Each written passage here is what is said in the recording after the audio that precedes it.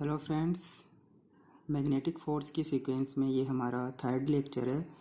इसमें हम डिस्कस करेंगे मैग्नेटिक टॉर्क। और इसके जो लास्ट लेक्चर थे उसमें हमने डिस्कस किया था motion of A charge particle in magnetic field and motion of charge particle in both magnetic and electric field. यदि वो लेक्चर्स आपने नहीं देखे तो आप डिस्क्रिप्शन में जाके लिंक है, वहाँ से आप वीडियो देख सकते हो। ओके, तो हम अपना लेक्चर स्टार्ट करते हैं।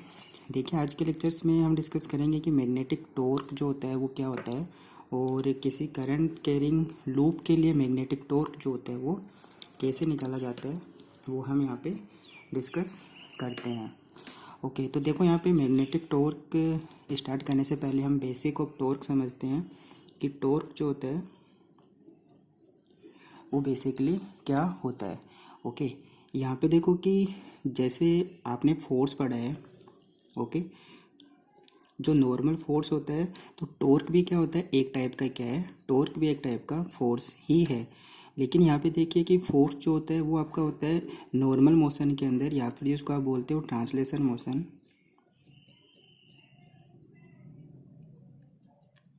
ओके, ट्रांसलेशन मोशन के अंदर नॉर्मली जो होता है उसको आप बोलते हो फोर्स। ओके, लेकिन जब आप बात करते हो सर्कुलर मोशन की, ओके, जब आप बात करते हो सर्कुलर मोशन की, तो जो फोर्स होता है, यदि आपका फोर्स सर्कुलर मोशन में है, यदि आपके फोर्स के कारण पार्टिकल जो है वो सर्कुलर मोशन कर रहा है, तो उसको आप फोर्स नहीं बोलोगे, उसको आप बोलोगे टॉर्क। ओके, तो यहाँ पे देखो कि टॉर्क को हम कैसे डिफाइन करेंगे। देखो कि ये मान लो कि एक का पार्टिकल है। ओके, ये पॉइंट जो आपका एक पार्टिकल है और आप इस पर कोई फोर्स लगा रहे हो। ओके, आप इस पर फोर्स अप्लाई कर रहे हो, तो जब आप इस पार्टिकल पे फोर्स अप्लाई करोगे तो ये पार्टिकल किसी स्टेबल पॉइंट, ठीक है, मान लो कि आपका एक पॉइंट है, इसके अराउंड क्या करेगा, इसके अराउंड यदि आपका सर्कुलर मोशन कर रहा है, ओके, यदि सर्कुलर मोशन करना स्टार्ट कर दे तो इस फोर्स को हम क्या बोलेंगे, टॉर्क। मतलब कि इस पार्टिकल के लिए या फिर इस पार्टिकल के लिए क्या हो जाएगा, ये फोर्स जो होगा ये एज ए टॉर्क काम करेगा। ठीक है, तो मान लो कि ये आपकी एक्सिस है। ओके, तो इस एक्सिस के अराउंड ये क्या करेगा, पार्टिकल क्या करेगा, सर्कुलर मूव करेगा। ठीक है, पार्टिकल क्या करेगा, सर्कुलरली मूव करेगा, तो इसको हम बोलेंगे टॉर्क। तो यहाँ पे देखो टॉर्क को हम कैसे डिफाइन करेंगे, टॉर्क को हम रिप्रेजेंट करते हैं टाउ से। ओके, ये सिंबल टाउ है। ओके, तो वेक्टर क्वांटिटी होती है, इसलिए इस पर वेक्टर लगा देते हैं। ओके, अब देखिए कि ये जो जो आपकी एक्सिस है, ठीक है, ये परपेंडिकुलर जो एक्सिस है जो इस पॉइंट के परपेंडिकुलर रहेगी, तो इनके बीच इस एक्सिस से इस पार्टिकल की जो डिस्टेंस होगी इसको हम बोलेंगे आर परपेंडिकुलर। ओके, तो टो टोर को कैसे डिफाइन करोगे, tau equal to r perpendicular distance into applied force. Okay, तो ये हो गया आपका टॉर्क। नॉर्मली हम टॉर्क को ऐसे डिफाइन करते हैं, जहाँ पे देखो फोर्स एफ क्या आपका आपका फोर्स है applied force. Okay, force F क्या हो गया, अप्लाइड फोर्स।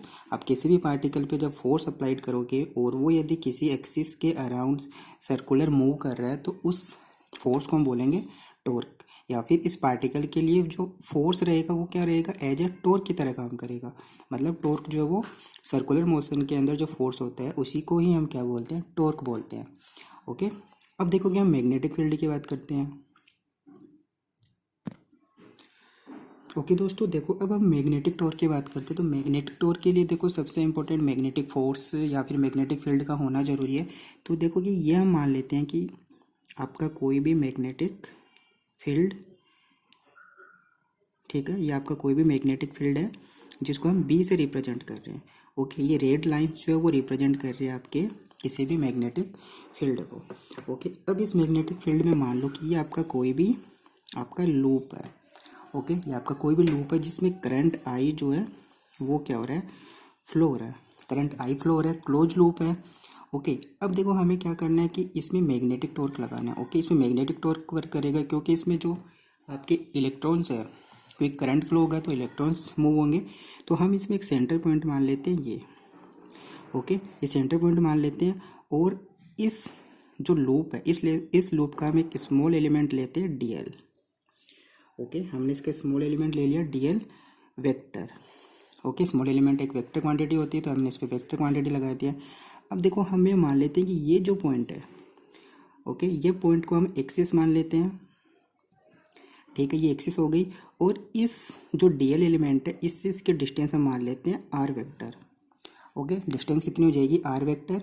और ये जो एक्सिस है, ठीक है, इस लूप की जो एक्सिस है उसको हम बोल सकते हैं आर कैप, ओके। मतलब कि ये जो आपका पोजीशन वेक्टर है इसकी नॉर्मल जो डायरेक्शन है, मतलब कि आर कैप किसको रिप्रेजेंट कर रहा है, आर कैप रिप्रेजेंट कर रहा है कि इस लूप की नॉर्मल डायरेक्शन को, ओके। आर कैप क्या हो जाएगा, नॉर्मल ऑफ द लूप, या फिर आप इसको प्लेन भी बोल सकते हो, ओके। लूप का जो प्लेन है उसकी नॉर्मल डायरेक्शन है, ओके। अब देखो यहाँ पे मैग्नेटिक टॉर्क को कैसे डिफाइन करेंगे, इसको भी हम, अब देखो स्मॉल एलिमेंट है तो यहाँ पे मैग्नेटिक टॉर्क क्या होगा, D tau, okay, D tau. और इसको हम रिप्रेजेंट करेंगे आर वेक्टर इनटू, और इस पे मैग्नेटिक फोर्स कितना होगा, डी एफ, ओके। तो आपका मैग्नेटिक टॉर्क क्या हो जाएगा, d tau equal to r vector into d f. यहाँ पे देखो डी एफ क्या है, ये आपका है magnetic force, okay. D F क्या है यहाँ पे, मैग्नेटिक फोर्स। अब देखो आपको पता है हम लास्ट लेक्चर में डिस्कस कर चुके हैं कि मैग्नेटिक फोर्स डी एफ जो होता है उसको हम कैसे डिफाइन करते हैं, I, current I, small element D L into B, okay. तो ये इसमें आप पुट कर दीजिए तो आपका डी टाउ कितना आ जाएगा, डी टाउ आ जाएगा आपका r vector into i d L into B, okay. तो ये क्या हो गया, आपका टॉर्क हो गया, ठीक है। टॉर्क किसके लिए हुआ, ओनली दिस स्मॉल एलिमेंट, केवल इस स्मॉल एलिमेंट के लिए ही आपने अभी तक टॉर्क निकाला। अब देखो कि कंप्लीट लूप के लिए टॉर्क निकालने के लिए आप क्या करोगे, कंप्लीट के निकालने के लिए हम क्या करेंगे, इसका इंटीग्रेशन कर देंगे, ओके। तो टॉर्क कितना आ जाएगा यहाँ पे, आई आर कैप, आप इसको देखो आर कैप भी लिख सकते हो, r cap into d L into B, okay. Complete के लिए निकाल रहे हो तो हम क्या करेंगे, इसका इंटीग्रेशन कर देंगे, ओके। अब यहाँ पे देखो कि ये आर कैप और डी एल जो है, ओके, ये रिप्रेजेंट कर रहा है आपका small area, okay. Small area किसका एरिया, ये आपका स्मॉल एरिया रहेगा इस लूप का, कंप्लीट जो एरिया रहेगा उसको हम बोलेंगे यहाँ पे r cap into d l जो होगा वो स्मॉल एरिया को रिप्रेजेंट कर रहे हैं, ओके। या फिर इसको अब देखो हम क्या लिख सकते हैं, डी टो जो होगा वो आपका हो जाएगा integration i d s into B, okay. तो ये आपका कंप्लीट लूप के लिए फॉर्मूला आ गया, मैग्नेटिक टॉर्क के लिए magnetic torque tau equal to i d s into b. यहाँ पे ध्यान में रखना कि डी एस जो वेक्टर है वो आपका रिप्रेजेंट कर रहा है small area of loop, okay, small area of loop. और जब आप इसका इंटीग्रेट करोगे तो लूप आपका किसी भी टाइप का हो सकता है, इसलिए यहाँ पे डीएस लिखा गया। आपका सर्कुलर भी हो सकता है, आपका स्क्वायर शेप भी हो सकता है, आपका रेक्टेंगुलर शेप भी हो सकता है, किसी भी टाइप की शेप हो सकती है। तो यहाँ पे आप इंटीग्रेट करके उसका कंप्लीट एरिया जो है वो निकाल सकते हो, ओके। अब देखो दोस्तों, यहाँ पे हम एक कंडीशन की बात करते हैं कि मैग्नेटिक फील्ड जो है वो आपका यूनिफॉर्म हो, ओके। मतलब आपका मैग्नेटिक फील्ड क्या है, यूनिफॉर्म है। और आपका जो लूप है, ओके, आपका जो लूप है वो क्या होना चाहिए, आपका फ्लैट होना चाहिए। मतलब कि उसका सरफेस जो है, surface of the loop is flat, okay. Magnetic field आपका यूनिफॉर्म हो गया और आपका जो लूप है, लूप का जो सरफेस है वो क्या है, फ्लैट है। उस कंडीशन में देखो कि आपका मैग्नेटिक टॉर्क जो होगा वो क्या होगा, मैग्नेटिक टॉर्क टो जो होगा उसको आप डिफाइन करोगे i S into B, okay. जो अभी मैंने बताया था कि स्मॉल जो एरिया बताया था, मैंने सरफेस एरिया बताया था, वो क्या हो जाएगा, कंप्लीट एरिया हो जाएगा, ओके। एस किसको रिप्रेजेंट करेगा, area of the loop, okay. Area loop करेगा लूप का एरिया। और बी जो होगा वो क्या रहेगा, आपका यूनिफॉर्म, ओके। बी रहेगा आपका यूनिफॉर्म। तो इस स्पेशल कंडीशन से रिलेटेड क्वेश्चंस आपको एग्जाम में पूछे जाते हैं। अब देखो कि यहाँ पे हम प्रॉब्लम डिस्कस करते हैं। देखो दोस्तों, यहाँ पे एक प्रॉब्लम है जो आपके नेट JRF जून 2016 में पूछा गया है। यहाँ पे देखो कि क्वेश्चन में क्या पूछा गया, a loop of radius a carrying a current i is placed in a uniform magnetic field b if the normal to the plane is denoted by n cap the force f and torque t on the loop are. Okay, तो यहाँ पे देखो कि आपको loop दे रखा है। Okay, loop दे रखा है जिसकी रेडियस ए है, जिसमें करंट आई भी फ्लो हो रहा है, और मैग्नेटिक फील्ड जो है वो क्या आपका यूनिफॉर्म मैग्नेटिक फील्ड है। ओके, यूनिफॉर्म मैग्नेटिक फील्ड है।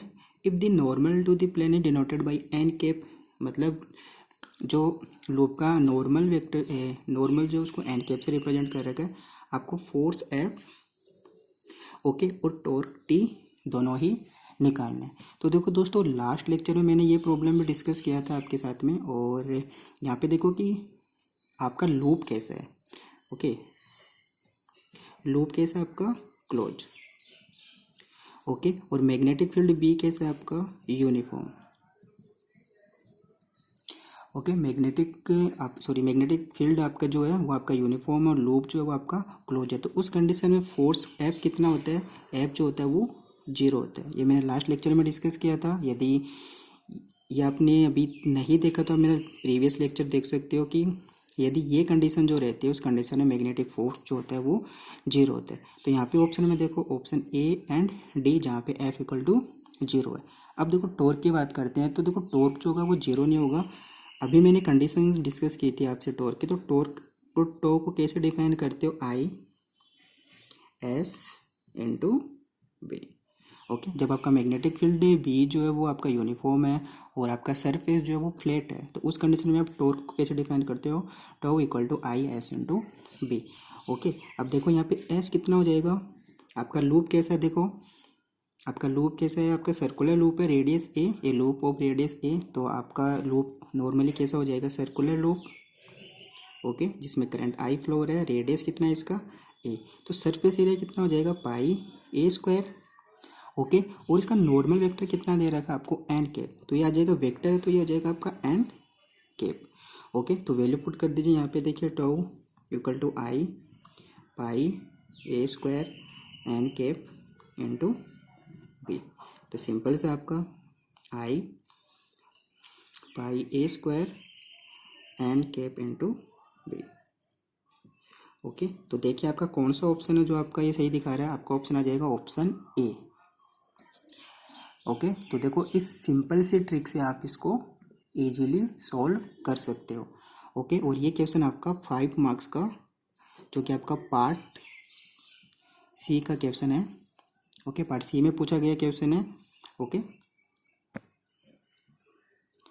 ओके फ्रेंड्स, हम नेक्स्ट टॉपिक डिस्कस करते हैं, magnetic force between two long wires separated by distance D. यहाँ पे देखो कि 2 वायर है, जिन दोनों वायर्स में करंट फ्लो हो रहा है, और उन दोनों वायर्स के बीच में हमें क्या करना है, मैग्नेटिक फोर्स जो है वो निकालना है। ओके, तो देखो ये टॉपिक डिस्कस करने से पहले मैं आपको डायरेक्शन बताता हूँ, डायरेक्शन ऑफ मैग्नेटिक फील्ड।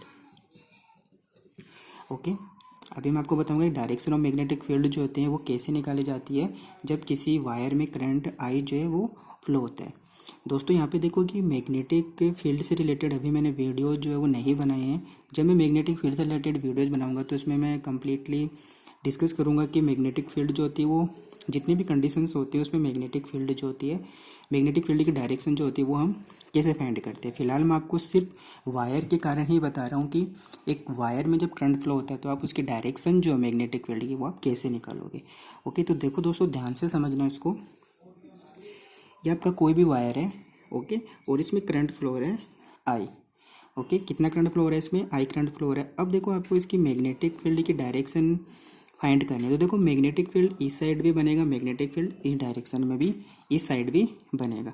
अब देखो कि मैं इस पॉइंट पे मैग्नेटिक फील्ड निकालता हूँ। ओके, तो देखो मैं यहाँ पे मुझे मैग्नेटिक फील्ड निकालना है, तो मैं मैग्नेटिक फील्ड कैसे निकालूंगा, इसके लिए मैं यूज करूँगा right hand thumb rule. Okay दोस्तों, राइट हैंड थंब रूल यहाँ पे हमें यूज करना है। देखो राइट हैंड थंब रूल क्या होता है कि जिस भी डायरेक्शन में आपका करंट फ्लो हो रहा है, ओके, तो आपका थंब जो होगा, ठीक है, थंब किसको रिप्रेजेंट करेगा, थंब रिप्रेजेंट करेगा आपके करंट को। ओके, थंब किसको रिप्रेजेंट, करंट को। और आपकी जो फिंगर्स होगी, और फिंगर्स भी आपकी रोटेटेड फिंगर्स, ठीक है।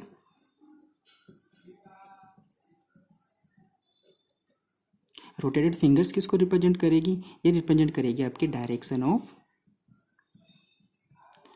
Magnetic field. ओके, किसको रिप्रेजेंट करेंगे, डायरेक्शन ऑफ मैग्नेटिक फील्ड। अब देखो यहाँ पे right hand thumb rule apply करो। यहाँ पे देखो जिस डायरेक्शन में करंट फ्लो हो रहा है उस डायरेक्शन में आपको क्या करना है, थंब को करना है। ओके, ये आपको मेरा राइट हैंड दिख रहा है, शायद आपको क्लियरली शो नहीं हो रहा। देखो ये राइट हैंड है, तो देखो करंट किस डायरेक्शन में मूव हो रहा है, इस डायरेक्शन में। मैंने करंट के डायरेक्शन में क्या कर दिया, थंब कर दिया। ओके, मेरा जो थंब है वो किस डायरेक्शन में है, करंट के डायरेक्शन में है। अब देखो कि मेरी फिंगर्स जो है उसको मैं रोटेट करता हूँ, ठीक है, रोटेट किया मैंने, ठीक है, फिंगर्स को मैं रोटेट कर रहा हूँ, ठीक है। तो किस डायरेक्शन में जा रही है, अंदर की तरफ। ओके, तो ये इस पॉइंट पे क्या होगा, इनसाइड, ठीक है। इसको मैं क्या बोलूँगा, इनटू द पेज, ठीक है, इनटू द पेज बोलूँगा, या फिर मैं इसको क्या बोलूँगा, डाउनवर्ड्स, ठीक है, डाउनवर्ड्स। आप खुद देख सकते हो कि जिस डायरेक्शन में आपका करंट फ्लो हो रहा है उस डायरेक्शन में आपको क्या करना है, आपका थंब कर देना है, ठीक है। देखो एक बार और समझ लीजिए इसको, जिस डायरेक्शन में करंट जा रहा है उस डायरेक्शन में क्या हो गया, थंब हो गया, और ये जो फिंगर्स है ये आपकी अंदर की तरफ जा रही है। ओके, अब देखो कि मैं दूसरी साइड की बात करता हूँ, इस साइड की। ओके, अब देखो इस साइड भी आपको क्या करना है, राइट हैंड थंब रूल ही यूज करना है। देखो कि अब इस साइड में मेरे को करने के लिए, तो मेरा राइट हैंड जो होगा वो कैसे हो जाएगा, इस टाइप से। ओके, दिख रहा है आपको, राइट हैंड इस मेरे को यहाँ पे निकालना है, तो मैंने राइट हैंड इस साइड में कर दिया, ठीक है। अब देखो कि फिंगर्स जो वो रोटेट कैसे हो गए, ऊपर की तरफ। ओके, तो फिंगर्स किस डायरेक्शन में रोटेट हो रही है आपकी, ऊपर की तरफ। तो इसको मैं क्या रिप्रेजेंट करूँगा, ऐसे। तो ये क्या हो जाएगा, up to the page. Okay, up to the page. और इसको क्या बोल सकते हो आप अपवर्ड। ओके, तो इस साइड मैग्नेटिक फील्ड की डायरेक्शन क्या रहेगी, अपवर्ड डायरेक्शन रहेगी। ओके, तो समझ में आपको मैग्नेटिक फील्ड जो होता है उसकी डायरेक्शन कैसे निकालते हैं जब करंट जो है वो किसी वायर में फ्लो हो रहा है। अब देखो हम बात करते हैं अपने टॉपिक की, magnetic force between two long wire separated by distance D. Okay, देखो ये आपके दो वायर्स है। ओके, इसमें करंट फ्लो रहा है आपका I1 और इसमें करंट फ्लो रहा है I2। This is wire 1, this is wire 2। Okay, and distance between two wires is D। आप कुछ भी मान सकते हो, कैपिटल D, R भी हो सकता है। अब आपको क्या करना है, इसके यहाँ पे ओके दोनों वायर के बिटवीन आपको क्या करना है, मैग्नेटिक फोर्स फाइंड आउट करना है। ओके, अब देखो मैग्नेटिक फोर्स निकालने के लिए हम क्या करेंगे, किसी भी एक वायर को हम रेफरेंस ले लेते हैं।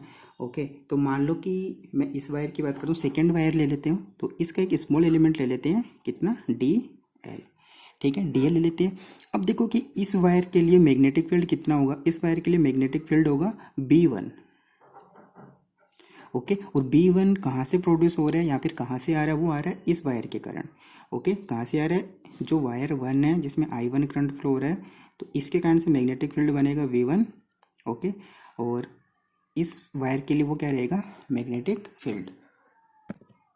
ओके, अब देखो नॉर्मल फोर्स को हम डिफाइन करते हैं F2, ठीक है। वायर 2 के कारण फोर्स कितना हो जाएगा, F2 equal to I2 integration DL into B1।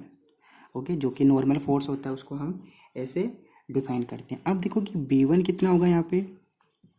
Okay, अब देखो कि B1 यहाँ पे होगा mu naught I upon 2πr। Okay, magnetic field कितना हो जाएगा, 2πr।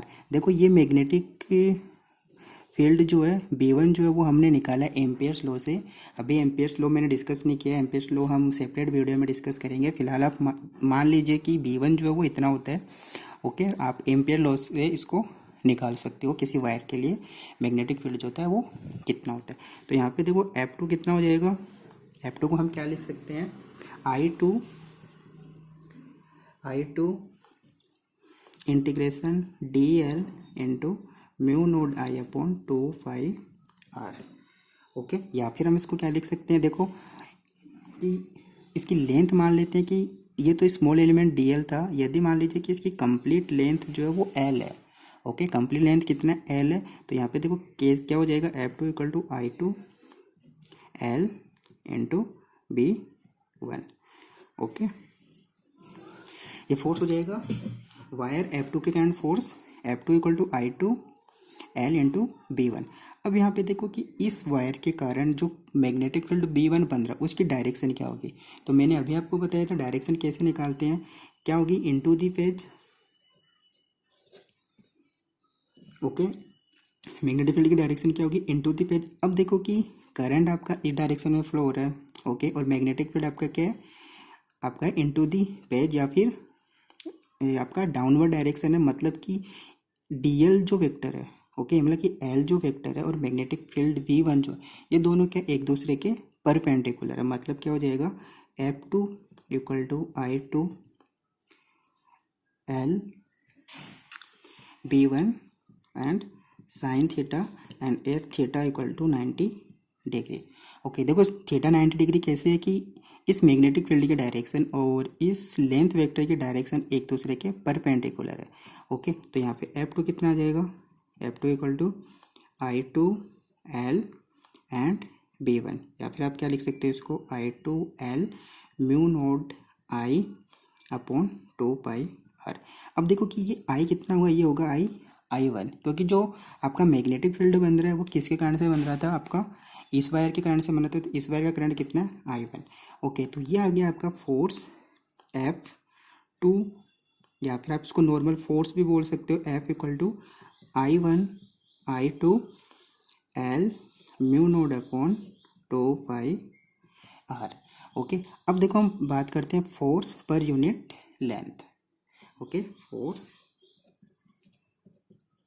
पर यूनिट लेंथ। ओके, तो फोर्स पर यूनिट लेंथ कितना हो जाएगा यहाँ पे, F2 upon L equal to I1 I2 mu naught I upon 2 pi r. या फिर इसको आप क्या लिख सकते हो, R कितना है यहाँ पे, डिस्टेंस कितना है, D। ओके, डिस्टेंस D है, मतलब इससे जो करंट जो मैग्नेटिक फील्ड बन रहा था इस डिस्टेंस तक कितना आ जाएगा, D डिस्टेंस हो जाएगी। ये स्मॉल d है यहाँ पे, F2 upon L equal to I1 I2 mu naught upon 2 pi and D। Okay, तो ये आपका फाइनल आंसर आ गया कि जब आपके दो करंट कैरिंग वायर्स है तो दोनों के बीच में आपका मैग्नेटिक फील्ड जो होगा, सॉरी मैग्नेटिक फोर्स जो होगा वो कितना होगा। देखो दोस्तों, यहाँ पे हम एक प्रॉब्लम सोल्व करते हैं जो आपके नेट JRF दिसंबर 2013 में आ गया है, और यहाँ पे देखो कि डायरेक्ट फार्मूला बेस्ड क्वेश्चन पूछा गया है। The force between two long and parallel wire carrying current I1 and I2 and separated by distance D is proportional to. तो देखो अभी हमने डिस्कस किया था कि फोर्स पर यूनिट लेंथ जो होता है अभी हमने निकाला वो कितना होगा, I1 I2 mu naught upon 2 पाई D। ओके, D क्या यहाँ पे, ये वायर से दोनों के बीच I1 I2 करंट फ्लो हो रहा है और दोनों के बीच की डिस्टेंस कितनी थी, D। तो यहाँ पे देखो यही क्वेश्चन पूछा गया, तो यहाँ पे देखो कौन सा ऑप्शन सही होगा, inversely proportional to D। Inversely proportional to, यहाँ पे स्क्वायर है तो ये ऑप्शन तो आपके नहीं हो सकते।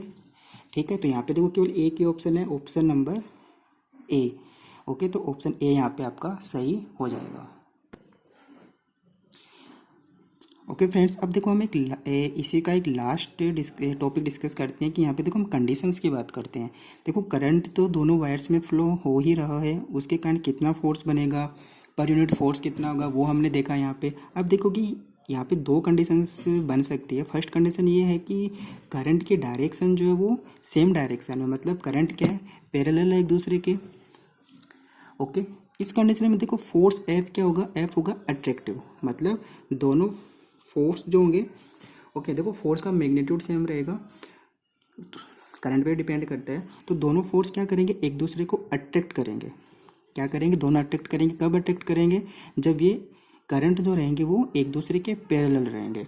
ओके, और देखो कि यदि एंटी पैरेलल है, एंटी पैरेलल का मतलब कि दोनों करंट की डायरेक्शन जो वो एक दूसरे के ऑपोजिट डायरेक्शन में है, तो फोर्स क्या होगा आपका, रिपेल होगा। मतलब दोनों क्या करेंगे, एक दूसरे को रिपेल करेंगे। ओके, यहाँ पे अट्रैक्ट करे तो यहाँ पे दोनों एक दूसरे को रिपेल करेंगे। ओके फ्रेंड्स, तो ये था अपना मैग्नेटिक फोर्स का लेक्चर 3rd। इसके साथ में ही मैग्नेटिक फोर्स जो है वो टॉपिक आपका कंप्लीट होता है। इससे रिलेटेड और भी कुछ टॉपिक्स है जो हम अदर टॉपिक्स में डिस्कस करेंगे। ओके, तो देखो नेक्स्ट जो अपना टॉपिक होगा, ओके नेक्स्ट जो लेक्चर होगा, नेक्स्ट जो लेक्चर की सीरीज होगी वो होगी अपनी पोलराइजेशन की। ओके, यहाँ पे डिफरेंट टाइप के पोलराइजेशन होते हैं और पोलराइजेशन भी आपके एग्जाम के लिए इम्पोर्टेंट रहता है, तो ये हम अगले लेक्चर में डिस्कस करेंगे। Okay, thank you friends, thank you watching this video.